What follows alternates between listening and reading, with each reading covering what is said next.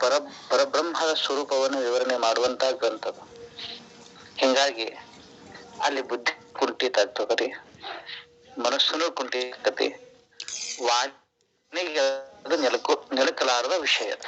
ಯಾವುದು ಯಾವುದನ್ನ ಚನ್ನಬಸವಣ್ಣನವರು ನಿರೂಪಣೆ ಮಾಡ್ತಾರಲ್ಲ ಆ ಘಟಚಕ್ರ. ಆದರೂ ಅವರ ಕೃಪಾ ಪ್ರಸಾದದಿಂದ ಅವರೇ ಚನ್ನಬಸವಣ್ಣನವರೇ ನನಗೂ ತಮ್ಮೆಲ್ಲರಿಗೂ ಘಟಚಕ್ರದ ಸ್ವರೂಪ ಜ್ಞಾನ ಆಗೋ ಹಂಗ ಆ ಮಹಾಗುರುಗಳಾಗಿರುವ ಚನ್ನಬಸವಣ್ಣನವರ ಶ್ರೀಪಾದದಲ್ಲಿ ಹೇಳಿ ಪ್ರಾರ್ಥಿಸಿ ಈ ಗ್ರಂಥದ ಚಿಂತನೆಯಲ್ಲಿ ಭಾಗಿಯಾಗಿರುವ ತಾವೆಲ್ಲ ಹಿರಿಯರಿದ್ದೀರಿ, ಜ್ಞಾನಿಗಳಿದ್ದೀರಿ, ವಯೋವೃದ್ಧರಿದ್ದೀರಿ. ತಮ್ಮೆಲ್ಲರ ಶ್ರೀಪಾದಗಳಿಗೆ ಅನಂತ ಅನಂತ ಭಕ್ತಿಯ ಶರಣು ಶರಣಾರ್ಥಿಗಳು. ನಾವು ನಿನ್ನೆ ತನಕ ಘಟಚಕ್ರದಲ್ಲಿ ಮೊದಲನೇ 4-5 ಸಾಲುಗಳನ್ನ ಚಿಂತನೆ ಮಾಡಕತ್ತೀವಿ. ಚನ್ನಬಸವಣ್ಣವ್ರು ಏನ್ ಹೇಳಿದ್ರು ಅಂತಂದ್ರೆ, ಈ ಶರೀರದ ವಿವರಣೆಯನ್ನ ಮಾಡಕತ್ತಾರ ಅವ್ರು. ಈ ಶರೀರ ಹೇಗದರಿಪ್ಪ ಇದು ಅಂತ ಕೇಳಿದ್ರ, ಇದರಲ್ಲಿ 9 ಬಾಗಿಲಿದ್ದಾವ. ಶ್ರೋತ್ರ 5 ಅಂತಂದ್ರ 5 ಜ್ಞಾನೇಂದ್ರಿಯಗಳಿದ್ದಾವ. ಶಬ್ದಗಳು 5 ಅಂತಂದ್ರ ಶಬ್ದ, ಸ್ಪರ್ಶ, ರೂಪ, ರಸ, ಗಂಧ ಅನ್ನುವಂತ 5 ವಿಷಯಗಳಿದ್ದಾವ. ಪ್ರಾಣಗಳು 5 ಇದ್ದಾವ. ಆ ನಂತರ ಅಂತಃಕರಣಗಳು 4. ಈ ಪೃಥ್ವಿ, ಅಪ್ಪು, ತೇಜ, ವಾಯು, ಆಕಾಶ ಸಂಬಂಧಗಳು 25. ಅಂದ್ರೆ ಪಂಚಮಹಾಭೂತಗಳ ಪಂಚೀಕರಣದಿಂದ ನಿರ್ಮಾಣವಾಗಿರ್ತಕ್ಕಂತಹ ಈ ಭೌತಿಕ ಶರೀರ ಇದು 25 ತತ್ವಗಳಿಂದ ಕೂಡಿದೆ. ಇದನ್ನ ಇಲ್ಲಿವರೆಗೆ ನಾವು ನಿನ್ನೆ ಚಿಂತನೆಯನ್ನ ಮಾಡಿದ್ವಿ. ಈ ಶರೀರ ಅಂದಲ್ಲೇ ಅವರ ಅಭಿಪ್ರಾಯ ಏನದಂತಂದ್ರೆ, ಕೇವಲ ಭೌತಿಕ ಶರೀರ ಅಷ್ಟೇ ಅಲ್ಲ, ಸ್ಥೂಲ ಶರೀರ ಅಂತರ್ಗತವಾಗಿ ಸೂಕ್ಷ್ಮ ಶರೀರನೂ ಅದ, ಕಾರಣ ಶರೀರನೂ ಐತಿ. ಆದ್ರೆ ವಿವರಣೆಯನ್ನ ಅವ್ರದೇ ಇನ್ನೊಂದು ಗ್ರಂಥ ಯಾವ್ದಪ್ಪ ಅಂತಂದ್ರೆ ಕರಣ ಹಾಸಿಗೆಯೊಳಗ ಸವಿಸ್ತಾರವಾಗಿ ವಿವರಣೆಯನ್ನು ಕೊಟ್ಟಾರ. ನಿನ್ನೆ ಅದನ್ನು ಸ್ವಲ್ಪ ನಾವು ಸಂಕ್ಷಿಪ್ತವಾಗಿ, ಯಾಕಂದ್ರೆ ಬಹಳ ವಿವರವಾಗಿರ್ತಕ್ಕಂಥ ಗ್ರಂಥದ್ದು, ಅದನ್ನ ಅತ್ಯಂತ ಸಂಕ್ಷಿಪ್ತವಾಗಿ ಈಗಷ್ಟ ಅವಶ್ಯನೋ ಅಷ್ಟನ್ನ ನಾವು ನಿನ್ನಿನ ದಿನ ಚಿಂತನೆ ಮಾಡಿದ್ದೀವಿ. ಇವತ್ತೇನ್ ನೋಡೋದಂತಂದ್ರೆ, ಅವ್ರು ಬರೀತಾರ ಇಲ್ಲಿ ಆಧಾರ 6, ಧಾತುಗಳು 7, ನಾಡಿಗಳು 10, ಮಂಡಲಗಳು 3, ಗುಣಗಳು 3, ಅವಸ್ಥೆಗಳು 5. ಇಷ್ಟು ವಿವರಣೆ ಅದರಿ. ಅದರಲ್ಲೇ ಈ ಸಪ್ತ ಧಾತುಗಳ ಬಗ್ಗೆ ತಮ್ಮೆಲ್ಲರಿಗೂ ಅದು ಪರಿಚಿತವಾಗಿರ್ತಕ್ಕಂಥದ್ದು, ಅದ್ರ ವಿವರಣೆ ಕೊಡುವಂತ ಏನು ಅವಶ್ಯಕತೆ ಇಲ್ಲ. ಇನ್ನ ನಾಡಿಗಳು 10 ಅಂತೇನು ಹೇಳ್ಯಾರಲ್ಲ, ಅದನ್ನೇನು ಚಕ್ರಗಳ ಬಗ್ಗೆ ನಾಳೆ ಸಾಧನಾ ಪಾಠ ಇರ್ತದಲ್ರಿ, ಅಲ್ಲಿ ಚಕ್ರಗಳ ವಿವರಣೆಯನ್ನ ಅವ್ರು ಕೊಡ್ತಾರ.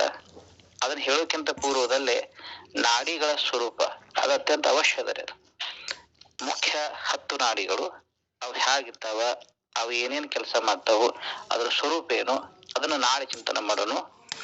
ಆ ನಂತರ ಮಂಡಲಗಳು 3, ಅದು ಸಾಧನೆಗೆ ಸಂಬಂಧಪಟ್ಟಂತದ್ದು, ಅದು ಕೂಡ ನಾಳೆ ಇರ್ತದ. ಇವತ್ತು ಉಳಿದು 2 ಏನಪ್ಪಾ ಅಂತಂದ್ರೆ ಗುಣಗಳು ಮತ್ತು ಅವಸ್ಥೆಗಳು. ಇವು ಒಂದರಲ್ಲೇ ಬರ್ತಾವೆ. ಆದ್ದರಿಂದ 5 ಅವಸ್ಥೆಗಳನ್ನ ನಾವು ಮೊದಲು ಚಿಂತನೆ ಮಾಡಿ, ಅದರಲ್ಲಿಯೇ ಜಾಗ್ರ ಸ್ವಪ್ನ ಸುಸುಪ್ತಿಯಲ್ಲೇ 3 ಗುಣಗಳು ಅಂತರ್ಗತವಾಗಿದ್ದಾವ. ಅದು ಹೇಗೆ ಅನ್ನೋದನ್ನ ಸ್ವಲ್ಪ ನಮ್ಮ ಮತಿಗೆ ತಿಳಿದಟ್ಟು ಹೊರಗಟ್ಟು ಭಗವಂತನ ಕೃಪಾ ಪ್ರಸಾದದಿಂದ ಚಿಂತನೆ ಮಾಡೋಣ ಅಂತ ಹೇಳ್ತಾ, ನಾವು ನಿನ್ನೆ 3 ದೇಹಗಳನ್ನ ನೋಡಿವಿ. 3 ದೇಹಗಳು ಯಾವ್ಯಾವ ಅಂತಂದ್ರೆ, ಒಂದು ಸ್ಥೂಲ ಶರೀರ, ಒಂದು ಸ್ಥೂಲ ಶರೀರ, 2ನೇದು ಸೂಕ್ಷ್ಮ ಶರೀರ, 3ನೇದು ಕಾರಣ ಶರೀರ. ಈ 3 ಶರೀರ ಅಂತರ್ಗತವಾಗಿ 5 ಕೋಶಗಳಿದ್ದ. ಈ 3 ಶರೀರದಾಗನೆ ಅವು ಯಾವುವು ಅಂತ ಕೇಳಿದ್ರ, 5 ಕೋಶಗಳ ತಾವು ಹೆಸರು ಕೇಳಿರ್ತೀರಿ. ಈ ಪ್ರಾಣಾಯಾಮ ಮೊದಲಾದ ಇತ್ತೀಚಿನ ಯೋಗಾಭ್ಯಾಸಗಳವರು ಪಂಚಕೋಶ ಶುದ್ಧಿ ಅಂತ ಶಬ್ದ ಬಳಸ್ತಿರ್ತಾರ. ಆದ್ರೆ ವಾಸ್ತವಿಕವಾಗಿ ಅವ್ರಿಗೆ ಪಂಚಕೋಶಗಳು ಯಾವ ಅನ್ನೋದು ಗೊತ್ತಿಲ್ಲ. ಸುಮ್ಮನೆ ಹೇಳೋದಂಗ ಪಂಚಕೋಶ ಶುದ್ಧಿ ಅಂತ. ಆದ್ರೆ ಹಂಗೆಲ್ಲ ಇಲ್ಲ. ಪಂಚಕೋಶಗಳು ಯಾವುವು ಅಂತ ಕೇಳಿದ್ರ, ಕೋಶ ಅಂತಂದ್ರೆ ಎದಕ್ಕಂತಾರ ಗೊತ್ತೈತೇನ್ರಿ? ಕೋಶ ಅಂತಂದ್ರ ಈಗ ಹಳೆಯ ಕಾಲದಲ್ಲಿ ಈ ಖಡ್ಗಗಳನ್ನ ಹಾಕಿಡುವಂತದ್ದು ಒಂದು ಮ್ಯಾಲ್ ಓರೆ ಇರ್ತಿತ್ತದು, ಅದಕ್ಕೆ ಕೋಶ ಅಂತ ಕರೀತಿದ್ರು. ಅಥವಾ ಇನ್ನ ಹಣ ಸಂಗ್ರಹ ಮಾಡಿರುವಂತ ಸ್ಥಾನಕ್ಕೂ ಕೂಡ ಕೋಶ ಅಂತ ಕರೀತಾರೆ. ಇನ್ನೊಂದು, ಈ ಸಾಮಾನ್ಯವಾಗಿ ರೇಷ್ಮೆ ಹುಳ ಸಾಕಿರ್ತಾರ ನೋಡ್ರಿ, ಆ ರೇಷ್ಮೆ ಹುಳು ಮನೆ ಏನ್ ಮಾಡ್ಕೋತೈತಲ್ಲ ತನ್ನ ಜೊಲ್ಲಿನಿಂದ ಅದೇ ನಿರ್ಮಾಣ ಮಾಡ್ತತಿ, ಅದಕ್ಕೂ ಕೂಡ ಕೋಶ ಅಂತನ ಕರೀತಾರ. ಇವು ಏನ್ ಮಾಡ್ತಾವಂತಂದ್ರೆ, ಯಾವು ಖಡ್ಗ ಮುಚ್ಚುವ ಓರೆ ಆಗ್ಲಿ, ಹಣ ಸಂಗ್ರಹ ಮಾಡಿಡೋ ಸ್ಥಾನ ಆಗ್ಲಿ, ಅಥವಾ ಈ ರೇಷ್ಮೆ ಹುಳುವಿನ ಮನೆ ಆಗ್ಲಿ, ಇವು ಏನ್ ಮಾಡ್ತಾವಂತಂದ್ರೆ ಇವು ಆ ವಸ್ತುವನ್ನ ಮುಚ್ಚುತ್ತಾವ, ಮರೆ ಮಾಡ್ತಾವ. ಖಡ್ಗವನ್ನ ಆ ಓರೆ ಮರೆ ಮಾಡ್ತದ.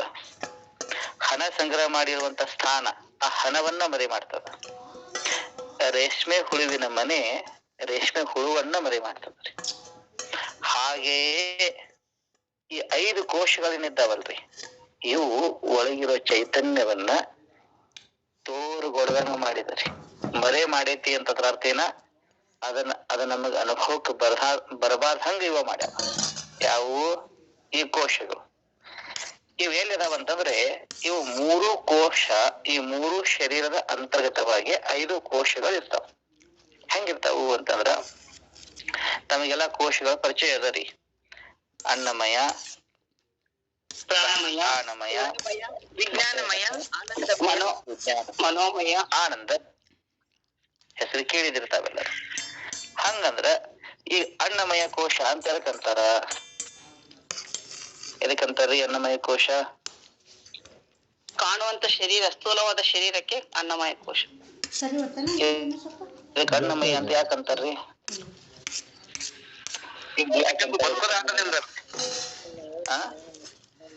ಕಾರಣ ಅನ್ನಮಯ ಅಂತ ಶಬ್ದ ಬಳಸ್ಯಾರ ಅಂತಂದ್ರೆ ಏನಾರ ಕಾರಣ ಇರ್ಬೇಕಲ್ಲ ಅದಕ್ಕೆ.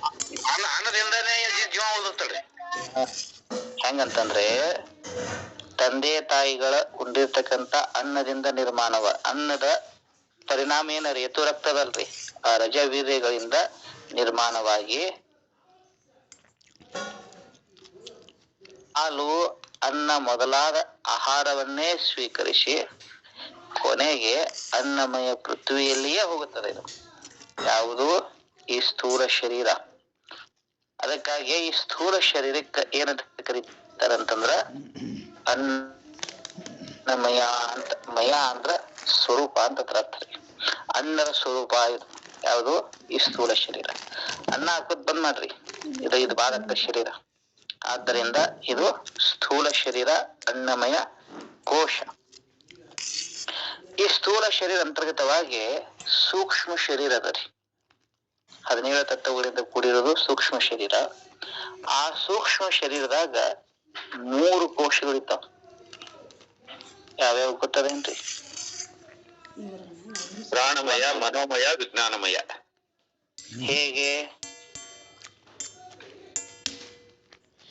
ಹೇಗದಾವು ಹೇಳ್ರಿ. ಇವು ಸೂಕ್ಷ್ಮ ರೀತಿಯಿಂದ ಐತೆ. ಅದಕ್ಕೋಸ್ಕರ ಕೇಳಿ. ಈಗ ಫಸ್ಟ್ ಪ್ರಾಣಮಯ ಅಂದ್ರೆ ಏನು ಅದು ಗೊತ್ತಾಗಬೇಕು. ಮನೋಮಯ ಅಂದ್ರೆ ಏನು? ವಿಜ್ಞಾನಮಯ ಅಂತ ಎದಕ್ಕಂತಾರ? ಆನಂದಮಯ ಅಂತ ಎದಕ್ಕಂತಾರ? ಹೌದಿಲ್ರಿ? ಇದ್ರ ಅರ್ಥ ಗೊತ್ತಿತ್ತಂತಂದ್ರ ಅದನ್ನ ನಾವು ಇದು ಪ್ರಾಣಮಯ, ಇದು ಮನೋಮಯ, ಇದು ವಿಜ್ಞಾನಮಯ ಅಂತ ಹೇಳ್ಕೊಡ್ತಾರೆ. ಈಗ ಪ್ರಾಣಮಯ ಅಂತ ಎದಕ್ಕಂತಾರಂತಂದ್ರ ಈ ನಮ್ಮ ಸೂಕ್ಷ್ಮ ಶರೀರ ಅಂತರ್ಗತವಾಗಿರುವ 5 ಕರ್ಮೇಂದ್ರಿಯಗಳು, 5 ಪ್ರಾಣ, ಇದೇನು ಕೂಡ್ತಾವಲ್ಲ 5 ಕರ್ಮೇಂದ್ರಿಯ 5 ಪ್ರಾಣ, ಈ ಕೂಡಿರೋದಕ್ಕ ಪ್ರಾಣಮಯ ಅಂತ ಕರೀತಾರೆ. ಅರ್ಥಾತಿಲ್ರಿ? 5 ಪ್ರಾಣಗಳು ಎಲ್ಲಿದಾವಂತಂದ್ರ ಅವು ಒಂದು ಹೃದಯ ಸ್ಥಾನದಲ್ಲದ. ಅದ ಏನ್ ಮಾಡ್ತದ, ಅದು ಪ್ರಾಣವಾಯು ನಮ್ ಹೃದಯ ಸ್ಥಾನದಾಗ ಇದ್ಕೊಂಡು ಹಗಲ ರಾತ್ರಿ 21,600 ಸಾರಿ ಉಚ್ಛ್ವಾಸ ನಿಶ್ವಾಸ ಕ್ರಿಯೆಯನ್ನ ಮಾಡ್ತದ. ಅಪಾನವಾಯು ಬುಧ ಸ್ಥಾನದಲ್ಲಿ ಇರ್ತದ, ಅದು ಮಲಮೂತ್ರವನ್ನ ತ್ಯಾಗ ಮಾಡೋ ಕ್ರಿಯೆಯನ್ನ ಮಾಡ್ತದ. ಸಮಾನವಾಯು ನಾಭಿ ಸ್ಥಾನದಲ್ಲಿ ಇದ್ಕೊಂಡು ನಾವು ತಿಂದಿರ್ತಕ್ಕಂಥ ಅನ್ನ, ಅದು ಅನ್ನ ಇದ್ದದ ಈಗ ನಾವು ಮೊದಲ ಒಲಿ ಮ್ಯಾಗಿಟ್ಟು ಬೇಯಿಸಿ ಅನ್ನ ತಿಂತೇವಿ. ಅದು ಹೋಗಿ ಮತ್ತೆ ಪುನಃ ಜಾಟರಾಗ್ನಿಯಿಂದ ಬೈಯುತ್ತದೆ, ಮತ್ತೆ ಪುನಃ ಅನ್ನ. ಅದ್ರೊಳಗೆ ಬೇಡವಾದ ಪದಾರ್ಥ ಮಲರೂಪದಿಂದ ಹೊರಗೆ ಹೋಗ್ತೈತಿ. ಸತ್ವಯುತವಾದದ್ದನ್ನ ನಾಭಿ ಸ್ಥಾನದಲ್ಲಿ ಇಟ್ಕೊಂಡು ಸಮಾನವಾಗಿ ಏನ್ ಮಾಡ್ತದಂತಂದ್ರ ಆ ಅನ್ನದ ರಸವನ್ನ ಈ ನಾಡಿಗಳ ದ್ವಾರ ಸಂಪೂರ್ಣ ಸ್ಥೂಲ ಶರೀರಕ್ಕೆ ಕಳಿಸುವ ಕ್ರಿಯೆಯನ್ನು ಮಾಡ್ತದೆ. ಉದಾನವಾಯು ಏನ್ ಮಾಡ್ತದಂತಂದ್ರೆ ಅದು ಕಂಠ ಸ್ಥಾನದಲ್ಲಿ ಇಟ್ಕೊಂಡು ನಾವು ತಿಂದಿರ್ತಕ್ಕಂತಹ ಕುಡಿದಿರುವಂತಹ ಅನ್ನ ಮತ್ತು ನೀರುಗಳನ್ನ ವಿಭಾಗ ಮಾಡ್ತದೆ. ಈ ಕನಸು ಬೀಳೋದು, ಬಿಕ್ಕಳಿಕಾಗೋದು, ಇದೆಲ್ಲ ಉದಾನ ವಾಯುವಿನಿಂದ ನಡೀತದೆ. ವ್ಯಾನವಾಯು ಏನ್ ಮಾಡ್ತದಂತಂದ್ರೆ ಅದು ಸಂಪೂರ್ಣ ಶರೀರದಲ್ಲಿ ಇರ್ತದ. ಅದು ಸಂಪೂರ್ಣ ಶರೀರದಲ್ಲಿ ಇರ್ತದ ವ್ಯಾನವಾಯು. ಆ ನಂತರ ಏನ್ ಮಾಡ್ತದಂತಂದ್ರ ಅದು ಎಲ್ಲಾ ಅವಯವಗಳನ್ನ, ಈಗ ನಾವು ಕೈ ಹಿಂಗ್ ತಿರುಸ್ತೇವಿ, ಕೈ ಮಡಿಸ್ತೇವಿ, ಕಾಲ್ ಮಡಿಸ್ತೇವಿ, ಈ ತಿರುಗಿಸುವಂತ ಕ್ರಿಯಾ ವ್ಯಾನವಾಯು ಮಾಡ್ತದ. ಈ ಕರ್ಮೇಂದ್ರಿಯಗಳು ಜೊತೆಗೆ ಈ ಪ್ರಾಣ ಅಂದ್ರೆ ಪಂಚಪ್ರಾಣ ಇವು ಸೇರಿತಂದ್ರೆ ಇದಕ್ಕೆ ಏನಂತ ಕರೀತಾರೆ? ಪ್ರಾಣಮಯ. ಈ ಪ್ರಾಣಮಯ ಆದ ನಂತರ ಈ ಮುಂದಿಂದು ಮನೋಮಯ. ವಿಷಯ ಬಹಳ ಅದರಿ, ಸ್ವಲ್ಪ ಸಂಕ್ಷಿಪ್ತವಾಗಿ ಹೇಳ್ತೀನಿ, ತಾವೆಲ್ಲ ಅದನ್ನ ಕೇಳಿದ್ದೀರಿ. ಮನೋಮಯ ಅಂತ ಎದಕ್ಕಂತಾರಂತಂದ್ರ ಪಂಚ ಜ್ಞಾನೇಂದ್ರಿಯ ಸಹಿತ ಮನಸ್ಸಿಗೆ ಮನೋಮಯ ಅಂತ ಕರೀತಾರೆ. ಪಂಚ ಜ್ಞಾನೇಂದ್ರಿಯಗಳು ಮತ್ತು ಮನಸ್ಸು ಅದು ಮನೋಮಯ. ವಿಜ್ಞಾನಮಯ ಎದಕ್ಕಂತಾರಂತಂದ್ರ ಪಂಚ ಜ್ಞಾನೇಂದ್ರಿಯ ಸಹಿತ ಬುದ್ಧಿಗೆ ವಿಜ್ಞಾನಮಯ ಅಂತಾರ. ಆ ನಂತರ ಆನಂದಮಯ ಅಂತ ಎದಕ್ಕಂತಾರಂತಂದ್ರ ಈ ಮನೋಮಯ ವಿಜ್ಞಾನಮಯ ಈ 3 ಕೋಶಗಳು ಸೂಕ್ಷ್ಮ ಶರೀರದಲ್ಲಿ ಇರ್ತಾವ. ಆನಂದಮಯ ಕೋಶ ಅದು ಕಾರಣ ಶರೀರವೇ. ಕಾರಣ ಶರೀರಕ್ಕನ ಆನಂದಮಯ ಕೋಶ ಅಂತ ಕರೀತಾರೆ. ಬಹಳಷ್ಟು ಮಂದಿ ಆನಂದಮಯ ಕೋಶಕ್ಕೆ ಆತ್ಮ ಅಂತ ಹೇಳೋ ತಪ್ಪುಗಳನ್ನ ಮಾಡ್ತಿರ್ತಾರ. ನಮ್ ಕೇಳಿದ್ದೇವೆ ಅದನ್ನ. ಆನಂದಮಯ ಕೋಶ ಅಂದ್ರ ಆತ್ಮ ಅನ್ನೋ ಲೆಕ್ಕದಾಗ ಮಾತಾಡ್ತಿರ್ತಾರ ಬಹಳ ಜನ. ಅದರ ಆನಂದಮಯ ಕೋಶವೇ ಬೇರೆ, ಅದರ ಅಂತರ್ಗತವಾಗಿರ್ತಕ್ಕಂಥ ಆ ಬ್ರಹ್ಮ ಚೈತನ್ಯ ಕೂಟಸ್ಥ ಪ್ರತ್ಯೇಗಾತ್ಮನೇ ಬೇರೆ. ಈ ಪಂಚಕೋಶಗಳಿಂದ ವಿಲಕ್ಷಣವಾಗಿದೆ. ಯಾವುದು? ಒಳಗಿರ್ತಕ್ಕಂಥ ಚೈತನ್ಯ. ಪಂಚಕೋಶಗಳ ಬೇರೆ, ಆ ಬ್ರಹ್ಮ ಚೈತನ್ಯವೇ ಬೇರೆ. ಇದನ್ನ ಯಾಕೆ ಏನಂತಂದ್ರ ಈ 3 ಶರೀರ ಅಂತಂದ್ರನೆ 5 ಕೋಶಗಳು. ಈ 3 ಶರೀರದಲ್ಲೇ 3 ಅವಸ್ಥೆಗಳಂತ. ಅವಕ್ಕ ಅವಸ್ಥಾ ಅಂತ ಎದಕ್ಕಂತಾರಂತಂದ್ರ ಈ ಅವಸ್ಥಾ ಅಂತ ನಾವು ಶಬ್ದ ಬಳಸ್ತೇವಲ್ರಿ. ಅವಸ್ಥಾ ಅಂತ ಎದಕ್ಕಂತಾರಂತಂದ್ರ ಈ 3 ವ್ಯವಹಾರದ ಕಾಲ ಏನದಲ್ಲ, ಬಹಳ ಚಂದ ಬರದಾರ ಅದನ್ನ. 3 ದೇಹಕ್ಕೆ ವ್ಯವಹಾರಕ್ಕೆ ಕಾಲ ಅವಸ್ಥಾ ಕೈ ಹೇ ಅಂತ. 3 ದೇಹಗಳ ವ್ಯವಹಾರದ ಕಾಲ, ಸ್ಥೂಲ ಶರೀರದ ವ್ಯವಹಾರದ ಕಾಲ, ಸೂಕ್ಷ್ಮ ಶರೀರದ ವ್ಯವಹಾರದ ಕಾಲ, ಕಾರಣ ಶರೀರದ ವ್ಯವಹಾರದ ಕಾಲ. ಇದು ಅವಸ್ಥಾ. ಅವಸ್ಥಾ ಶಬ್ದ ಕಾಲವಾಚಕ.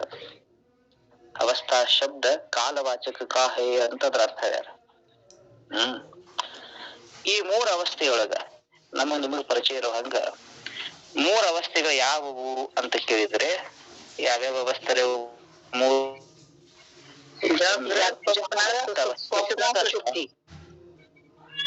ಒಂದು ಜಾಗೃತ ಅವಸ್ಥಾ, 2ನೇದು ಸ್ವಪ್ನಾವಸ್ಥಾ, 3ನೇದು ಸುಷುಪ್ತಿ ಅವಸ್ಥಾ.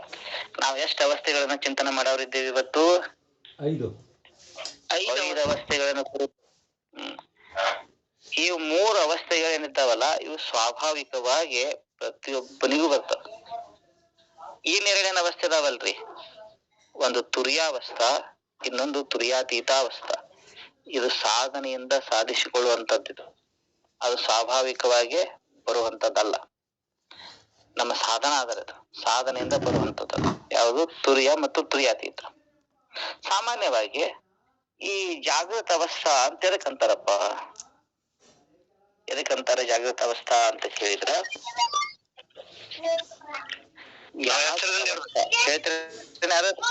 ಎಚ್ಚರದಿಂದ ಇರೋದ್ರಿ. ಎಚ್ಚರದಿಂದ ಇರೋದಂದ್ರಿ ಅದೇ ಜಾಗೃತ ರೀ. ನಮ್ಮ ಮನಸ್ಸು ಮತ್ತು ಇಂದ್ರಿಯಗಳ ಜೊತೆಗೆ ಹರಿದಾಡತ್ತಲ್ಲ, ಅದಕ್ಕೆ ಜಾಗೃತ ಅವಸ್ಥೆ.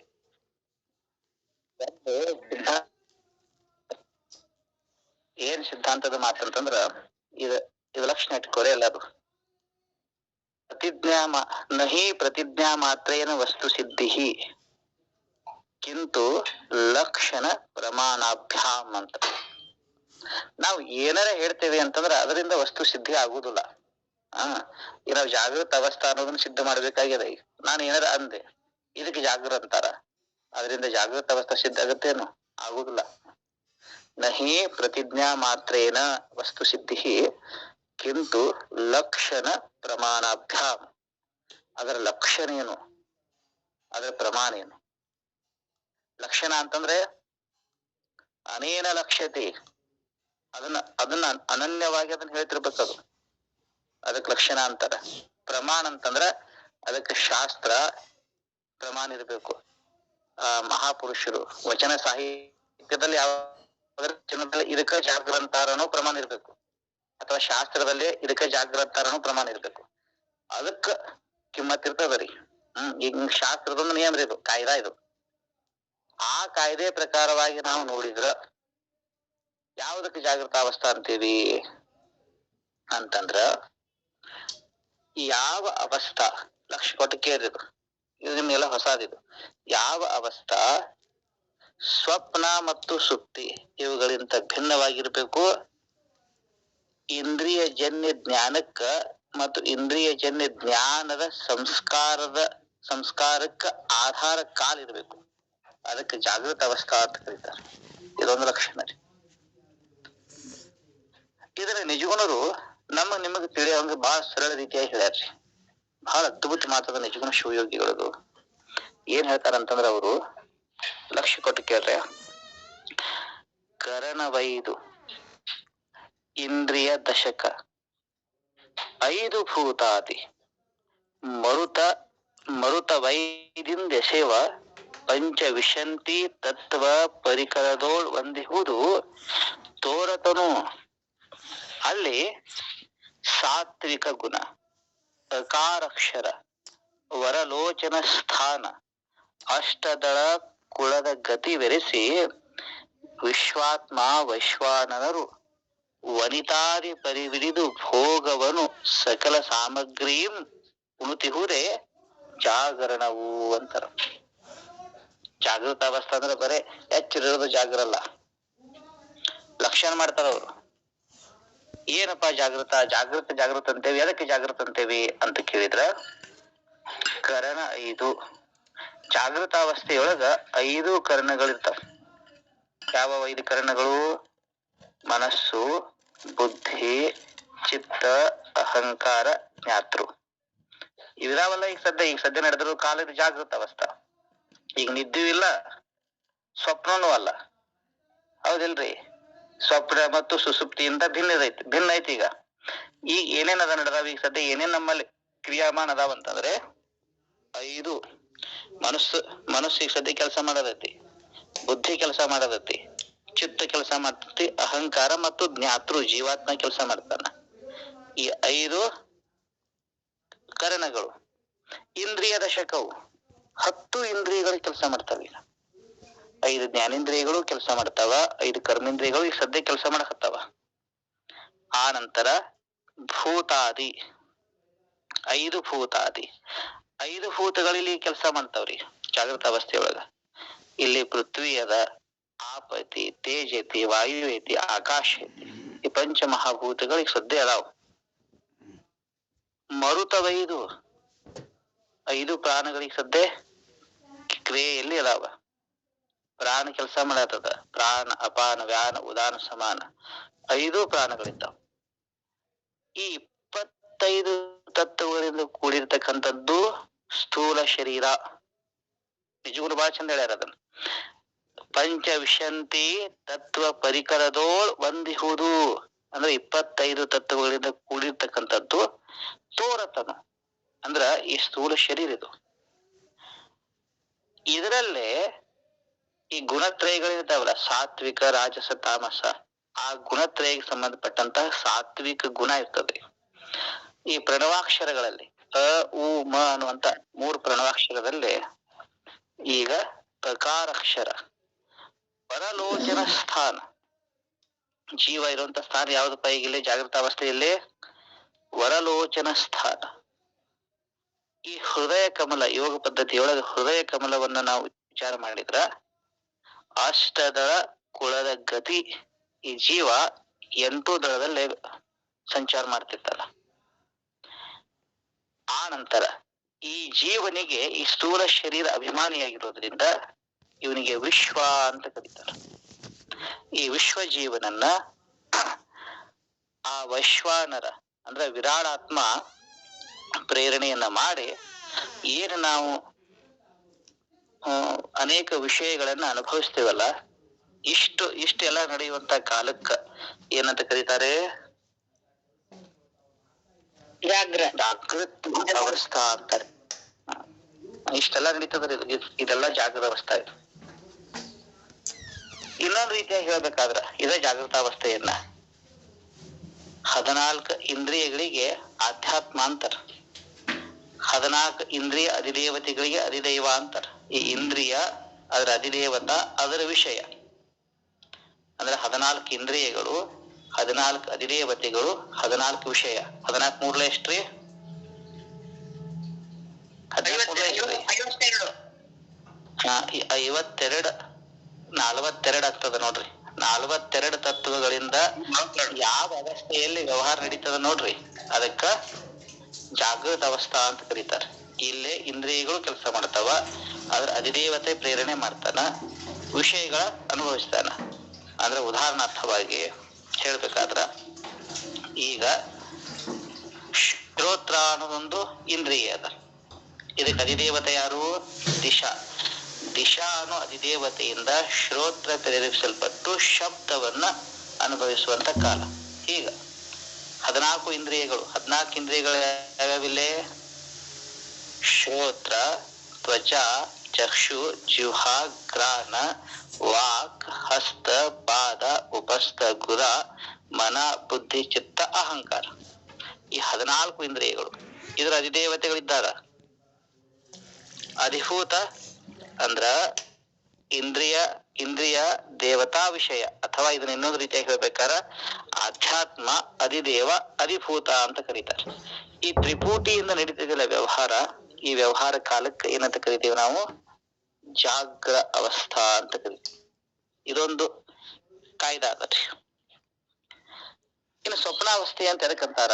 ಇದು ಬಹಳ ವಿಸ್ತಾರ ಅದರಿ ಇದು, ಆದ್ರೆ ಸಂಕ್ಷಿಪ್ತವಾಗಿ ಪರಿಚಯಾತ್ಮಕ ಇರಲಿ ಅಂತ ಹೇಳಕತ್ತೀನಿ ನಾನು.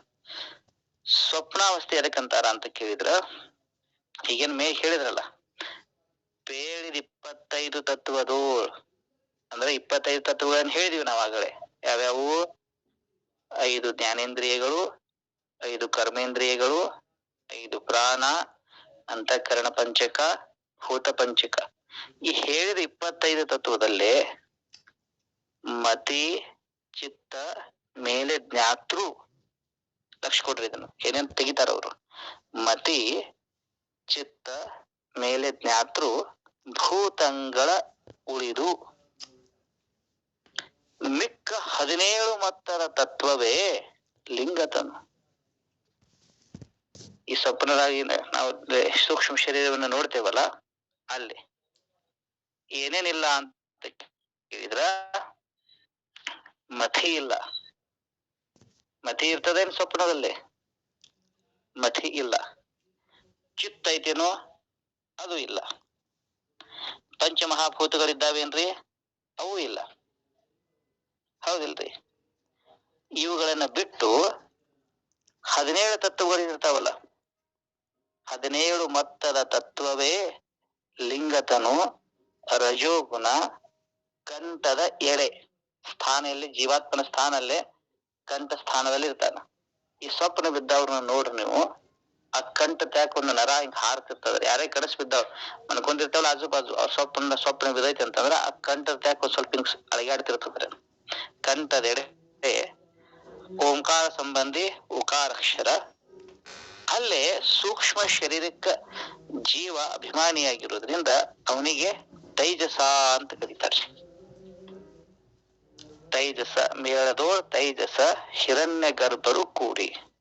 ಆ ತೈಜಸ್ಸನ್ನ ಪ್ರೇರಣೆ ಮಾಡವ ಯಾರು? ಹಿರಣ್ಯ ಗರ್ಭ. ಹಿರಣ್ಯ ಗರ್ಭರು ಕೂಡಿ ಲೋಲ ಗತಿ ಕರ್ಣಿಕೆಯೊಳಗೆ ಯೋಗ ರೂಪದಿಂದ ನೋಡಿದ್ರ ಈ ಕರ್ಣಿಕೆಯೊಳಗ ಸ್ಥಾನ ಇರ್ತದ್ರಿ.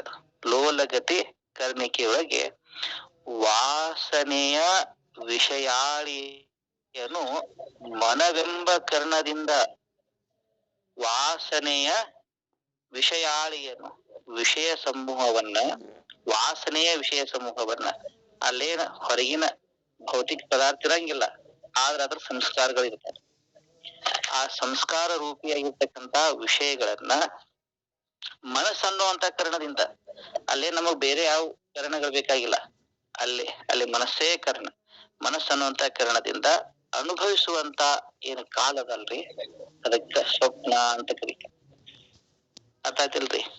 ಸ್ವಪ್ನಾವಸ್ಥೆ ಹೇಳ್ಬೇಕಾದ್ರೆ ಇನ್ನೊಂದು ಲಕ್ಷಣ ಏನದ ಅಂತಂದ್ರ, ಇಂದ್ರಿಯಗಳಿಂದ ಅಜನ್ಯ ವಿಷಯ ಗೋಚರಿಸುವ ಅಂತಃಕರಣದ ಅಪರೋಕ್ಷ ವೃತ್ತಿಯ ಕಾಲಕ್ಕ ಸ್ವಪ್ನಾವಸ್ಥೆ ಅಂತಾನೂ ಕೂಡ ಕರೀತಾರೆ. ಇದೊಂದು ಲಕ್ಷಣ ಅದ ಎದಕ್ಕ? ಸ್ವಪ್ನಾವಸ್ಥೆಗೆ. ಇನ್ನ ಸುಷುಪ್ತ ಅವಸ್ಥಾ ಅಂತ ಎದಕ್ಕಂತಾರ ಅಂತ ಕೇಳಿದ್ರೆ, ಮೊದಲ ತನುವೆರಡರೋಳ್ ವರೆದ ಅಖಿಲ ತತ್ವ ಸಂಪದ ಒಡಗಿ. ಈ ಸುಸುಪ್ತಿ ಕಾಲ್ ಹೇಳ್ಬೇಕಾದ್ರೆ ಅಲ್ಲೇ ಜಾಗೃತಾವಸ್ಥೆಯೊಳಗಿರ್ತಕ್ಕಂತಹ 25 ತತ್ವಗಳು ಇರಂಗಿಲ್ಲ. ಸ್ವಪ್ನಾವಸ್ಥೆಯಲ್ಲಿ ಏನ ಲಿಂಗ ಶರೀರದ ಇರ್ತಾವಲ್ಲ 17 ತತ್ವಗಳು ಇರಂಗಿಲ್ಲ. ಮೊದಲ ತನುವೆರಡರೋಳ್ ವರೆದ ಅಂದ್ರೆ 2 ಶರೀರದಲ್ಲಿ ಹೇಳಿರ್ತಕ್ಕಂತಹ ಅಖಿಲ ತತ್ವ ಸಂಪದ ಒಡಗಿ, ಅಷ್ಟು ತತ್ವ ಸಂಪದ ಏನದಾವಲ್ಲ ಅವು ಅಡಗಿರ್ತಕ್ಕಂಥದ್ದು. ಅಡಗಿ ಇರ್ತದ ಏನು? ಸಂಸಾರ ದುಡಿಮೆಯಾಗಿ ಪ್ರಕೃತಿಯದು ಕಾರಣಾಂಗ. ನೀನ್ ಯಾರು ಕೇಳಿದ್ರು ಕಾರಣ ಶರೀರ ಅಂದ್ರೆ ಎದಕ್ಕಂತಾರಪ್ಪ? ಕಾರಣ ಶರೀರ ಅಂತ ಎದಕ್ಕಂತಾರ ಅಂತಂದ್ರೆ ಅದು ಕೇವಲ ಸಂಸ್ಕಾರದ ಉಳುಮೆಯಾದ ಪ್ರಕೃತಿ. ಸಂಸ್ಕಾರಗಳನ್ನ ಒಳಗೊಂಡಿರ್ತಕ್ಕಂಥ ಪ್ರಕೃತಿಗೆ ಅಥವಾ ಅಜ್ಞಾನಕ್ಕ, ಅವಿದ್ಯೆಗೆ, ಇವೆಲ್ಲವೂ ಹೆಸರು ಬೇರೆ ಬೇರೆ ಇದ್ರು ಒಂದನ್ನ ಹೇಳ್ತಾವ. ಲಕ್ಷ್ಯ ಇಟ್ಕೊಳ್ಳಿ ಅದನ್ನ. ಅದಕ್ಕೆ ಏನಂತ ಕರೀತಾರೆ? ಕಾರಣ ಶರೀರ ಅಂತ ಕರೀತಾರೆ. ಆ ಕಾರಣ ಶರೀರದೊಳಗ ಕಾರಣಾಂಗ, ಅದರಲ್ಲಿ ತಾಮಸ ಗುಣ, ಓಂಕಾರ ಸಂಬಂಧಿ ಮಕಾರ, ನೆಲೆ ಹೃದಯ ನಡುವೆ. ಈ ಜೀವನ ಸ್ಥಾನ ಇರ್ತದ್ರ ಹೃದಯ ಮಧ್ಯದಲ್ಲಿ ಇರ್ತದ್ರಿ. ನೆಲೆ ಹೃದಯ ನಡುವೆ ಪದುಳದಿಂ ನಿಂದ ಗತಿಗಳ ಒಂದಿ. ಅಂದ್ರೆ ಅಲ್ಲಿ ಹೃದಯ ಸ್ಥಾನದಲ್ಲಿ ನಿಂತಹ ಜೀವ, ಅವನಿಗೆ ಇಲ್ಲಿ ಪ್ರಾಜ್ಞ ಅಂತ ಕರೀತಾರ. ಪ್ರಾಜ್ಞ ಈಶ್ವರದವಿ. ಆ ಪ್ರಾಜ್ಞನನ್ನ ಪ್ರೇರಣೆ ಮಾಡುವಂತವ ಯಾರು ಅಂತಂದ್ರೆ ಈಶ್ವರ. ಆ ಪ್ರಾಜ್ಞ ಈಶ್ವರರದವಿ ಮಾಯಾವೃತ್ತಿ ಎಂಬ ಸಾಧನದಿಂದ. ಅಲ್ಲಿ ಯಾವ ವೃತ್ತಿ ಅದರಿ? ಮಾಯಾವೃತ್ತಿ. ಅಂತಃಕರಣ ವೃತ್ತಿ ಇಲ್ಲ ಅಲ್ಲಿ. ಜಾಗೃತಾವಸ್ಥೆಯಲ್ಲಿ ಅಂತಃಕರಣ ವೃತ್ತಿ ಇರ್ತದ. ಸ್ವಪ್ನಾವಸ್ಥೆಯಲ್ಲಿಯೂ ಕೂಡ ಮನಸ್ಸು ಅಂದ್ರೆ ಅಂತಃಕರಣ ಇರ್ತತಿ. ಆದ್ರ ಸುಸುಪ್ತಿ ಅವಸ್ಥೆಯೊಳಗ ಅಂತಃಕರಣ ಇರೋದಿಲ್ಲ. ಅಲ್ಲಿ ಏನಿರ್ತದಂತಂದ್ರೆ ಮಾಯಾವೃತ್ತಿ ಅಥವಾ ಅವಿದ್ಯಾವೃತ್ತಿ ಇರ್ತದ. ಆ ಸಾಧನದಿಂದ, ಅಂದ್ರೆ ಮಾಯಾವೃತ್ತಿ ಅಥವಾ ಅವಿದ್ಯಾವೃತ್ತಿ ಸಾಧನದಿಂದ ಸದಮಳಾನಂದ ವಿಷಯವನ್ನು ಸೇವಿಸುತ್ತಿರುವುದೇ ಸುಸುಪ್ತಿ ಎಂದೆನಪ ಅವಸ್ಥೆ. ಅಲ್ಲಿ ಕೇವಲ ಆನಂದ ಇರ್ತದ್ರಿ. ಸದಮಳ ಆನಂದ ವಿಷಯವನ್ನು ಸೇವನೆ ಮಾಡ್ತಾರಲ್ಲ ಜೀವ, ಈ ಕಾಲಕ್ಕ ಸುಸುಪ್ತಿ ಅಂತ ಕರೀತಾರೆ. ಇವು ಮೂರು ಏನ್ ಅವಸ್ಥೆ ಅದಾವಲ್ಲ, ಜಾಗ್ರ, ಸ್ವಪ್ನ, ಸುಸುಪ್ತಿ, ಇವು ಸ್ವಾಭಾವಿಕವಾಗಿ ಪ್ರತಿಯೊಬ್ಬರಿಗೂ ಸಹಜ ಬರ್ತಾವೆ. ಇದಕ್ಕೆ ಯಾವ ಕಷ್ಟ ಪಡುವಂತ ಅವಶ್ಯಕತೆ ಇಲ್ಲ. ಸಹಜವಾಗಿ ನಾವು ಜಾಗೃತಿ ಬರ್ತೇವೆ, ಸಹಜವಾಗಿ ನಾವು ಸ್ವಪ್ನಕ್ಕೆ ಹೋಗ್ತೇವೆ, ಸಹಜವಾಗಿ ನಾವು ಸುಸುಪ್ತಿ ಅವಸ್ಥೆಗೆ ಹೋಗ್ತೇವೆ. ಇದಕ್ಕೆ ಯಾವ ಪ್ರಯತ್ನದ ಅವಶ್ಯಕತೆ ಇರುವುದಿಲ್ಲ. ಆದರೆ ಇನ್ನೆರಡು ಅವಸ್ಥೆ ಅದಾವಲ್ಲ, ಅವು ಯಾವುವು? ತುರ್ಯಾತೀತಾವಸ್ಥಾ. ಇವು ಸಾಧನೆಯಿಂದ ಬರ್ತಾವ. ಹಂಗಾದ್ರೆ ತುರ್ಯಾವಸ್ಥಾ ಅಂತ ಎದಕ್ಕಂತಾರಪ್ಪ? ತುರ್ಯಾವಸ್ಥಾದ ಲಕ್ಷಣ ಏನು ಅಂತ ಕೇಳಿದ್ರೆ ಬಹಳ ಚಂದ ಸಾಧನಾ ಸಹಿತವಾಗಿ ನಿರೂಪಣೆ ಮಾಡ್ಯಾರ ನಿಜಗುಣ ಶಿವಯೋಗಿಗಳು. ಆ ಜಾಗರಣದೋಳ್ ಎಡೆಯಾಡಿ ಬಳಲುವ ಮನವ. ತುರ್ಯಾವಸ್ಥಾ ಅಂದ್ರೆ ಎದಕ್ಕಂತಾರಂದ್ರ ಆ ಜಾಗರಣದೋಳ್ ಅಂತಂದ್ರೆ ಈ ಜಾಗೃತಾವಸ್ಥೆಯಲ್ಲಿ ಈಗ ನಮಗ ನಾವೀಗ ಅದೇವಲ್ಲ ಪ್ರೆಸೆಂಟ್ ಇದು ಜಾಗೃತ ಅವಸ್ಥಾ. ಈ ಜಾಗೃತಾವಸ್ಥೆಯಲ್ಲಿ ಮನಸ್ಸು ಹೆಂಗಿರ್ತದ್ರಿ? ಅದು ಸ್ಥಿರ ಇರ್ತದೆ ಏನದು? ಎಡೆಯಾಡಿ ಬಳಲುವ. ಒಮ್ಮೆ ಆ ವಿಷಯಕ್ಕ ಈ ಮಂಗೆ ಇರ್ತದಲ್ಲ ಗಿಡದಾಗ, ಒಮ್ಮೆ ಆ ಟೊಂಗಿಗೆ ಈ ಟೊಂಗಿಗೆ ಹೆಂಗ್ ಹಾರಾಡ್ತದಲ್ಲ, ಷಣ್ಮುಖ ಶಿವಯೋಗಿಗಳು ಹೇಳ್ಯಾರದನ್ರಿ. ಮನವೆಂಬ ಮರ್ಕಟ ತನು ಎಂಬ ವೃಕ್ಷವನೇರಿ ಇಂದ್ರಿಯಗಳೆಂಬ ಶಾಖೆಗೆ ಹಾರಿ ವಿಷಯಗಳ ಅನುಭವಿಸುತ್ತಾ ಭವದತ್ತ ಮುಖ ಮಾಡಿದೆ ನೋಡ. ಬಹಳ ಚಂದ ಮನಸ್ಸಿನ ಚಿತ್ರಣ ಕೊಟ್ಟಾರ ಷಣ್ಮುಖ ಶಿವಯೋಗಿಗಳು. ಈ ಮನಸ್ಸು ಅನ್ನುವಂತಹದ್ದು ಏನ್ ಮಾಡ್ತದಂತಂದ್ರೆ ಈ ಜಾಗೃತಾವಸ್ಥೆಯೊಳಗ ಇಂದ್ರಿಯಗಳನ್ನು ಅಂತ ಈ ಏನ ಸ್ಥಾನಗಳಿದ್ದಾವಲ್ಲ, ಈ ಸ್ಥಾನಗಳು ಒಮ್ಮೆ ಕಣ್ಣಿನ ಮೂಲಕ ಹೋಗ್ತದ್ರಿ, ಒಮ್ಮೆ ಕಿವಿ ಮೂಲಕ ಹೋಗ್ತತಿ, ಒಮ್ಮೆ ನಾಸಿಕದ ಮೂಲಕ ಹೋಗ್ತತಿ, ಒಮ್ಮೆ ಜಿಹ್ವೆ ಮೂಲಕ ಹೋಗ್ತತಿ. ಈ ಇಂದ್ರಿಯಗಳನ್ನುವಂತ ಈ ಟೊಂಗಿ ಹಾರಿ ಏನ್ ಮಾಡ್ತದಂತಂದ್ರೆ ಇದು ಬಳಲ್ತದ. ಇದು ಹೌದಿಲ್ರಿ? ನಮ್ಮೆಲ್ಲರಿಗೆ ನಾವೆಲ್ಲ ಬಳಲಿದವ್ರೆ, ನಮ್ಮ ಮನಸ್ಸು ಬಳಲಿದನ ರೀ. ಅದನ್ನ ಹೇಳ್ತಾರೆ ನಿಜಗುಣರು. ಜಾಗರಣದೋಳ್ ಎಡೆ ಆಡಿ ಬಳಲುವ ಇಂದ್ರಿಯಗಳ ಟೊಂಗಿ ಹಾರಿ ಬಳಲ್ತಕ್ಕಂತಹ ಮನಸ್ಸನ್ನ ಮನವ ಓಜಯಿಂ ನಿಲ್ಲಿಸಿ ಅಂತ ಒಂದು ಕ್ರಮದಿಂದ ಅದನ್ನ ನಿಲ್ಲಿಸ್ಬೇಕು. ಭಗವದ್ಗೀತೆಯೊಳಗ ಕೃಷ್ಣನಿಗೆ ಅರ್ಜುನ ಹೇಳ್ತಾನ. ಏನ್ ಹೇಳ್ತಾನ ಗೊತ್ತೈತಿ? ಕೃಷ್ಣ 6ನೇ ಅಧ್ಯಾಯದೊಳಗ ಯೋಗದ ವ್ಯಾಖ್ಯಾನವನ್ನ ಮಾಡಿದಾಗ ಅರ್ಜುನ ಹೇಳ್ತಾನ, ಈ ಮನಸ್ಸು ಹೆಂಗದಂತಂದ್ರ ಚಂಚಲಂ ಹಿ ಮನ ಕೃಷ್ಣ. ಅದು ತಮಗ್ ಗೊತ್ತದರಿ.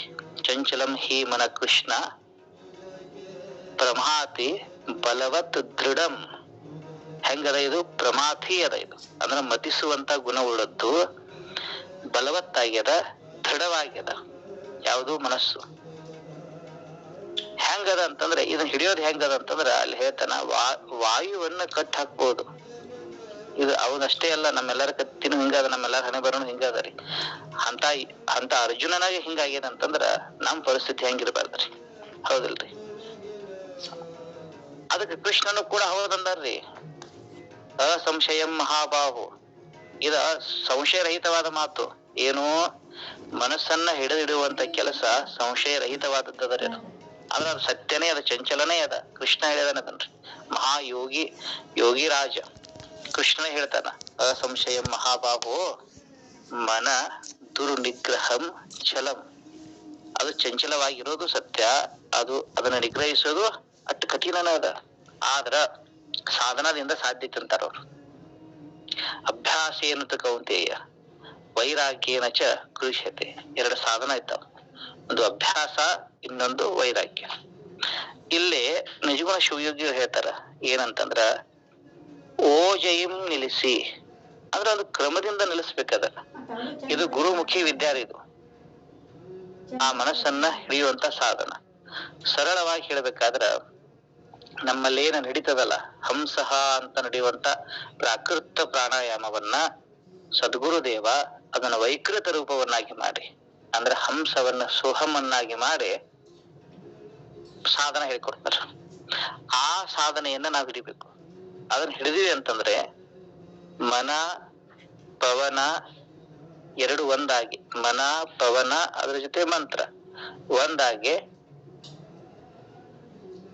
ದೃಷ್ಟಿ ಬೆರೀತಂತಂದ್ರ, ಮನ ಪವನ ದೃಷ್ಟಿ ಮೂರು ಸೇರಿದು ಅಂತಂದ್ರ ಅದು ಬರ್ತಾ ಬರ್ತಾ ಬರ್ತಾ ಪವನ ನಿಧಾನ ಆಕತಿ, ಅದರ ಜೊತೆ ಮನಸ್ಸು ಆ ಕಡೆ ಈ ಕಡೆ ಹರಿಯುವ ಮನಸ್ಸು ಏಕಾಗ್ರ ಆಗ್ತಾ ಆಗ್ತಾ ಲಯ ಆಕತಿ. ಅರ್ಥಾಯ್ತೇನ್ರಿ? ಇದರ ಸಾಧನ ಮಾಡ್ಬೇಕಾಗ್ತದ್ರಿ. ಇದು ಕ್ರಮ ಆಯ್ತಿತ್ತು. ಓಜೆಯಿಂ ನಿಲ್ಲಿಸಿ ಬೇರೊಂದೆನಿಸದೆ, ಇಲ್ಲಿ ಬಹಳ ಮಹತ್ವದ ಮಾತು ಹೇಳ್ಯಾರ. ತುರಿಯಾವಸ್ಥಾ ಅಂತ ಎದಕ್ಕಂತಾರ ಅಂತಂದ್ರ ಬೇರೆಯೊಂದೆನಿಸದೆ, ಮತ್ತೊಂದು ಬೇರೆ ಅನ್ನಂಗಿಲ್ಲ, ಹಂಗ ಹಿಂಗ ಯಾವ ಕಲ್ಪನೆ ಒಳಗಾಗಂಗಿಲ್ಲ, ಯಾವ ಭಿನ್ನ ಪದಾರ್ಥವನ್ನ ಆಲೋಚನೆ ತರಂಗಿಲ್ಲ. ಬೇರೊಂದೆನಿಸದೆ ಮಹಾ ತೇಜೋಮಯದ ಮೂಲ ಮಂತ್ರದ ಸುನಾದವನೇ ಕೇಳುತ್ತಿರುವುದೇ ತುರಿಯವು. ಸಾಧಕ ಇದನ್ನ ಅಭ್ಯಾಸ ಮಾಡಿ ಪಡಿಬೇಕಿದನ್ನ. ಮಹಾ ತೇಜೋಮಯದ, ಮಹಾ ತೇಜೋಮಯ ಅಂತಂದ್ರೆ ಅತ್ಯಂತ ಪ್ರಕಾಶದಿಂದ ಕೂಡಿರ್ತಕ್ಕಂತಹ ಮೂಲ ಮಂತ್ರದ ಸುನಾದ, ಮೂಲ ಮಂತ್ರದ ಸುನಾದ ಅದರ ಅದು ಪ್ರಣವನಾದ. ಆ ಪ್ರಣವನಾದವನ್ನ ಕೇಳೋದೇನೈತಲ್ಲ ಇದಕ್ಕೆ ತುರಿಯಾವಸ್ಥಾ ಅಂತಾರೆ. ಇದು ಸಾಧನೆಯಿಂದ ಬರ್ತದ್ರಿ. ಗದಗಿನ ಶಿವಾನಂದಪ್ಪ ಅವರು ಬೆಳಿಗ್ಗೆ 3 ಗಂಟೆಗೆ ಹೋಗ್ತಿದ್ರಂತ. ಇವ್ರು ಬಹಳ ಹಳಬರಲ್ರಿ, ಇತ್ತೀಚಿನವರು 12ನೇ ಶತಮಾನದ ನಂತರ ಇತ್ತೀಚೆಗೂ ಕೂಡ ಮಹಾ ಯೋಗಿಗಳು, ಶುದ್ಧ ಯೋಗಿಗಳು, ಶುದ್ಧ ಸ್ವರೂಪರಾಗ್ಯಾರ. ಅವರಲ್ಲಿ ಒಬ್ಬರು ಗದಗಿನ ಶಿವಾನಂದರು, ಹುಬ್ಬಳ್ಳಿ ಸಿದ್ಧಾರೂಢರು, ಶಿಶುನಾಳದ ಶರೀಫರು, ಗರಗದ ಮಡಿವಾಳಪ್ಪನವರು, ನವಲಗುಂದದ ನಾಗಲಿಂಗ ಸ್ವಾಮಿಗಳು, ಅಥನೀಯ ಶಿವಯೋಗಿಗಳು. ಇತ್ತೀಚಿನವ್ರು ಇವರು ನಮ್ಗಿಂತನೂ ಒಂದು 100, 200 ಅಥವಾ 150 ಇಷ್ಟೇ ಫರ್ಕ. ನಮ್ಮ ಕಾಲಕ್ಕ ಅವ್ರ ಕಾಲಕ್ಕ 100, 150, 200 ವರ್ಷಗಳ ಅಷ್ಟ ಅಂತರ ಅದ. ಇಂತ ಅವಸ್ಥೆಯನ್ನ ಪಡೆದವ್ರಿದ್ರು ಅವರು. ಶಿವಾನಂದಪ್ಪಗಳು ಬೆಳಿಗ್ಗೆ ಅಲ್ಲೇ ಸುರೇಬಾನ್ ಹತ್ರ ಒಂದು ಗುಡ್ಡ ಅದರಿ, ಶಬರಿ ಕೊಳ್ಳ ಅಂತಾರ ಅದಕ್ಕ. ಆ ಕೊಳ್ಳದಾಗ ಹೋಗಿ ಕೂಡ್ತಿದ್ರು ಅವ್ರು. ಎದಕ್ ಕೂಡ್ತಿದ್ರಿ? ಈ ಅವಸ್ಥೆಯನ್ನ ಸಾಧನಾ ಮಾಡೋ ಸಲುವಾಗಿ. ಓಜೆಯಿಂ ನಿಲ್ಲಿಸಿ ಬೇರೊಂದೆನಿಸದೆ ಮಹಾ ತೇಜೋಮಯದ ಮೂಲ ಮಂತ್ರದ ಸುನಾದವನೇ ಕೇಳುತ್ತಿರುವುದೇ ತುರಿಯವು ಅಂತೇನ್ ಹೇಳ್ಯಾರಲ್ಲ, ಈ ತುರಿಯಾವಸ್ಥೆ ಅಭ್ಯಾಸಕ್ಕಾಗಿ ಕೊಡ್ತಿದ್ರು. ಎಲ್ಲಿವರೆಗೆ ಕೊಡ್ತಿದ್ರಿ? ಅವ್ರು ಗೃಹಸ್ಥರಿದ್ದಾಗ. ಮತ್ತಿದು ಸನ್ಯಾಸಿಗಳಾದಾಗಲ್ಲ, ಎಲ್ಲ ಬಿಟ್ಟು ಸನ್ಯಾಸ ತಾನಾಗೆ ಬಂದದ್ದು. ಆದ್ರೆ ಅವ್ರು ಗೃಹಸ್ಥರಿದ್ದಾಗ ಈ ಸಾಧನೆಯನ್ನ ಮಾಡ್ತಿದ್ರು. ಒಮ್ಮೆ ಏನಾಯ್ತಂತಂದ್ರೆ ಬೇರೊಂದೆನಿಸದೆ ಅನ್ನೋದಕ್ಕೆ ಹೇಳ್ತೀರ ನಿಮಗ. ಇವ್ರು ಖರೆ ತುರಿಯಾವಸ್ಥೆದಾಗ ಅದಾರು, ಏನ್ ಸುಮ್ನೆ ಕುಂತಾರು ಅಂತೇಳಿ ಅಲ್ಲಿ ಒಬ್ರು, ಆ ಊರವ್ರೊಬ್ರು ಏನ್ ಮಾಡ್ತಾರ, ಇವ್ರ ಕಿವಿ ಟ್ಯಾಕ್ ಹಾದ್ ಹೋಗುವಾಗ ಫೈರ್ ಮಾಡ್ತಾರ್ರಿ, ಗುಂಡ್ ಹಾರಿಸ್ತಾರ. ಆದ್ರೂ ಅವ್ರಿಗೆ ಬಾಹ್ಯ ಪ್ರಜ್ಞೆ ಬರೋದಿಲ್ಲ. ಬೇರೊಂದೆನಿಸದೆ ಎಷ್ಟು ಮಗ್ನದ ಆಗಿರ್ತಾರಂತಂದ್ರೆ ಒಮ್ಮೊಮ್ಮೆ ಅವ್ರ ಶರೀರ ತುಂಬಾ ಆ ಕೆಂಜಗ್ ಹತ್ತಿದ್ದು ಅಂತ. ಒಂದು ಸಣ್ಣ ಇರಿವಿ ಕಡಿದ್ರೆ ನಮಗ ವೃತ್ತಿ ಬಾಹಿರ ಆಗ್ತದ್ರಿ. ಅವ್ರ ಶರೀರ ತುಂಬಾ ಏನಾಗಿತ್ತು, ಕೆಂಜಿಗೆ ಹತ್ತಿ ಬಿಟ್ಟಿದ್ದು. ಮನಿಗ್ ಬಂದ ಹೇಳ್ತಾರ ಅವ್ರು, ಯಾಕೋ ಬೆನ್ನು ಉರ್ಯಾದ ಜರ ನೋಡಂತಂದ್ರ ಕೆಂಜಿಗೆಲ್ಲ ಕಡದ ಮೈ ಎಲ್ಲ ಇದನ್ನಾಗಿತ್ತಂತಾರಿ. ಬೇರೊಂದೆನಿಸದೆ ಎಲ್ಲಿದ್ರವ್ರು? ತೇಜೋಮಯದ ಮೂಲ ಮಂತ್ರದ ಸುನಾದವನ್ನೇ ಕೇಳುತ್ತಿರುವುದು. ಆ ಮನಸ್ಸು ಆ ತೇಜೋಮಯವಾಗಿರ್ತಕ್ಕಂತಹ ಪ್ರಕಾಶದಿಂದ ಕೂಡಿರುವ ಆ ಓಂಕಾರ ನಾದವನ್ನ ಕೇಳೋದ್ರೊಳಗೆ ಎಷ್ಟು ಮಗ್ನ ಆಗ್ತದೆ ಅಂತಂದ್ರೆ ಅದು ತುರಿಯ. ಹೊರಗಿಂದ ಜ್ಞಾನ ಇರಂಗಿಲ್ಲ. ಈ ತುರಿಯಾಕ ಮತ್ತು ನಿದ್ರಾವಸ್ಥೆಗೆ ಏನ್ ವ್ಯತ್ಯಾಸ? ಏನ್ರಿ ವ್ಯತ್ಯಾಸ ಇರ್ತದ ಅಂತ ಕೇಳಿದ್ರೆ ಇದು ಪ್ರಶ್ನೆ ಬರ್ಬೋದು. ನಾವು ನಿದ್ದೆ ಮನ್ಕೊಂಡಿರ್ತೇವಿ, ನಮ್ಯಾಗು ಏನ್ ಹಾರ್ಪಾದ್ರೂ ನಮಗೂ ಗೊತ್ತಾಗಿಲ್ಲ, ತುರಿಯಾವಸ್ಥೆದಾಗ ಇದ್ದವ್ರಿಗೂ ಗೊತ್ತಾಗಿಲ್ಲ. ಏನ್ರೇ ವ್ಯತ್ಯಾಸ ಇದಕ್ಕೆ ಅಂತ ಕೇಳಿದ್ರ, ನಿದ್ರಾವಸ್ಥೆಯಲ್ಲೇ ನಮ್ಮ ಅಂತಃಕರಣ ಅವಿದ್ಯೆಯೊಳಗ ಲೀನ್ ಆಗುತ್ತ. ಅಲ್ಲಿ ಮನಸ್ಸು, ಬುದ್ಧಿ, ಚಿತ್ತ, ಅಹಂಕಾರ ಏನದಾವಲ್ಲ ಅವು ತಮ್ಮ ಮೂಲ ಪ್ರಕೃತಿ ಅವಿದ್ಯೆಯೊಳಗ ಲೀನ ಆಗ್ತಾವ. ಆದ್ರ ತುರ್ಯಾವಸ್ಥೆಯೊಳಗ ಅವಿದ್ಯೆಯೊಳಗ ಲೀನ ಆಗಂಗಿಲ್ಲ. ಅದು ಎಲ್ಲಿ ಲೀನ ಆಗಿರ್ತದ ಅಂತಂದ್ರ ತೇಜೋಮಯದ ಮೂಲ ಮಂತ್ರದ ಸುನಾದದಲ್ಲಿ ಲೀನ ಆಗಿರ್ತದ. ಇದು ತುರ್ಯಾವಸ್ಥಾ. ಇದು ತುರ್ಯಾತೀತ ಅಂತ ಎದಕ್ಕೆ ಕರೀತಾರಂತಂದ್ರೆ ರಾಜಿಸುವ ನಾದಾನುಸಂಧಾನದಾರೈಕೆ ಮಾಜಿ ಸಹಿತಿರಲು ತುರ್ಯಾತೀತ ಈ ಎರಡರನ್ನು ಈ ಜಗದೋಳ್ ಅಭ್ಯಾಸಮ ಮಾಡಿದಡೆ. ಇದು ಸುಮ್ಮನೆ ಬರುವಂತದ್ದಲ್ಲ. ಯಾವುದು? ತುರ್ಯ ಮತ್ತು ತುರ್ಯಾತೀತಾವಸ್ಥಾ ಸುಮ್ನೆ ಬರುವಂತದ್ದಲ್ಲ. ಅಭ್ಯಾಸಮಂ ಮಾಡಿದಡೆ. ಇದನ್ನ ಯಾರಕರ್ತ ಯಾರ ಸಾಧಕ ಅಭ್ಯಾಸ ಮಾಡಿದ ಅಂತಂದ್ರ ನಿತ್ಯ ಮುಕ್ತಿ ಪದಸಿದ್ಧಿ ಯಾವುದು, ಅವನಿಗೆ ನಿತ್ಯ ಮುಕ್ತಿ ಸಿಗ್ತದ. ನಿತ್ಯ ಮುಕ್ತಿ ಅನ್ನುವಂತ ಪದಸಿದ್ಧಿ ಪ್ರಾಪ್ತಿ ಆಗ್ತದಂತ ಶ್ರೀಮನ್ ನಿಜಗುಣರು ಹೇಳ್ಯಾರ. ಈ ಅವಸ್ಥೆಯನ್ನ ಮುಟ್ಟಿದಂತವರು ಎಲ್ಲಾ ಶರಣರು. ಇದನ್ನ ಲಕ್ಷಣ ಇಟ್ಕೋಬೇಕು ನಾವು. 5 ಅವಸ್ಥೆ ಅಂತ ಶಬ್ದ ಬಳಸ್ತಾರಲ್ಲ ಇಲ್ಲಿ ಯಾರು? ಚನ್ನಬಸವಣ್ಣನವರು. 5 ಅವಸ್ಥೆ ಅಂತಂತಂದ್ರ ಅವ್ರಿಗೆ 5 ಅವಸ್ಥೆಗಳ ಪರಿಚಯ ಐತಂತ ತಿಳ್ಕೊಬೇಕ. ಬರೇ ಜಾಗೃತ ಅವಸ್ಥೆಯೊಳಗೆ ಬಡಬಡಿಸೋ ಮಂದಿ ಅಲ್ರಿ ಅದು ಶರಣರ ಅಂತಂದ್ರೆ. ಜಾಗ್ರತ್ ಸ್ವಪ್ನ ಸುಸುಪ್ತಿಯನ್ನ ಮೀರಿ ಹೊರತುರಿಯದಲ್ಲಿ ನೆಲೆ ನಿಂತ ತುರ್ಯಾತೀತದಲ್ಲೇ ಸ್ವರೂಪದಲ್ಲಿ ಮಗ್ನಾಗಿರುವಂತ ಮಹಾಯೋಗಿಗಳು ಯಾರಪ್ಪ ಅಂತಂದ್ರೆ ಶರಣರು. ಅದ್ರ ಪರಿಚಯನ ನಮಗಿಲ್ಲ. ಹೌದಂತೀರಿ ಇಲ್ಲ ಅಂತೀರಿ? ತುರ್ಯಾತೀತಾವಸ್ಥೆಯ ಪರಿಚಯದನ್ನ ನಮಗ ಪರಿಚಯ ಇಲ್ಲ. ಅವ್ರಿದ್ದವ್ರ ಅಲ್ಲೇ, ನಾವಿದ್ದವ್ರ ಈ ಸ್ಥೂಲ ಶರೀರದ ವ್ಯವಹಾರಿಕ ಜಗತ್ತಿನಲ್ಲೇ. ನಾವ್ ಇಲ್ಲಿ ಇದ್ದುಕೊಂಡ ಅಲ್ಲೇ ಅವ್ರ ಸುದ್ದಿ ಮಾತಾಡಕ್ ಹೊಂಟೀವಿ. ಹೆಂಗ್ ಸಾಧ್ಯ ಅದರ ಅದು? ಮೊದಲು ನಾವು ಸಾಧನ ಮಾಡ್ಬೇಕು, ಸಾಧಿಸ್ಬೇಕು. ಅಭ್ಯಾಸ ಮಾಡ್ರಿ.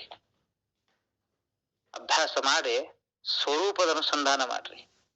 ಸ್ವರೂಪದ ಅನುಸಂಧಾನ ಮಾಡಿ ಆ ತುರ್ಯಾವಸ್ಥೆಯನ್ನ ಮೊದಲು ಗಳಿಸ್ಬೇಕು.